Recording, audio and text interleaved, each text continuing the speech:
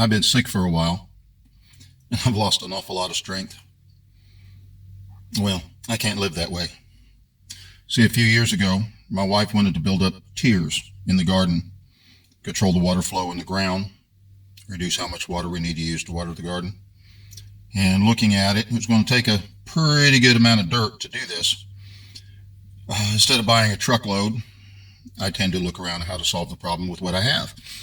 And I have some pretty good dirt that's a good mixture of topsoil and clay, so it'll retain water well.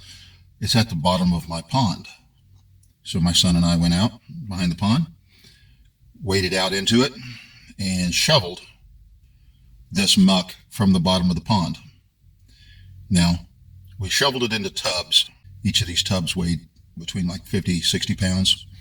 We carried them out of the pond, up the hill, and stacked them on this old car hood that I have that I made into a sled. And when we got 8 to 10 of them on this sled, like I said, they weigh 50, 60 pounds a piece, then I would drag it around the pond, which means going around downhill and then back uphill and around to the garden, 100 and something yards or so, and then dumping them in the spots to build the tiers. In all, it took 170, 180 tubs to do it. You count the weight, you count the trips. I did that. I drug them around there and did that a few years ago. I can't do that. So we got my sled back out, my car hood, and we loaded it with old truck tires. I have proceeded then to start dragging it up and down the street in front of my house. Some hills, there's a hill to the north of me, which on some days I go down to the bottom and I come back up, and I go the other way up the road, which is more flat, and come back, and I do this persistently. And you say, well, that's not a lot. That don't look like it's too much weight with the truck tires. Well, when the truck tires get easy, I've got this stack of broken bricks to put on the sled. Why? Why would I do this?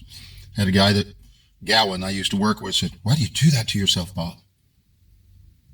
Because weakness is a choice, and I don't choose it. I don't choose to quit. When I came back up the hill today, and I told my son, it's a lot harder today than it was yesterday. He said, well, you didn't stop. And I said, well, I'm not going to. Regardless, if I fall down, I'm going to get back up and keep after it, because weakness is a choice. What kind of man are you on the inside? Doesn't matter what you do at the gym. Doesn't matter what kind of truck you drive. Can you arrive at the moment you're in and be the solution? Are you prepared to be the solution? Or are you prepared to just be another consequence?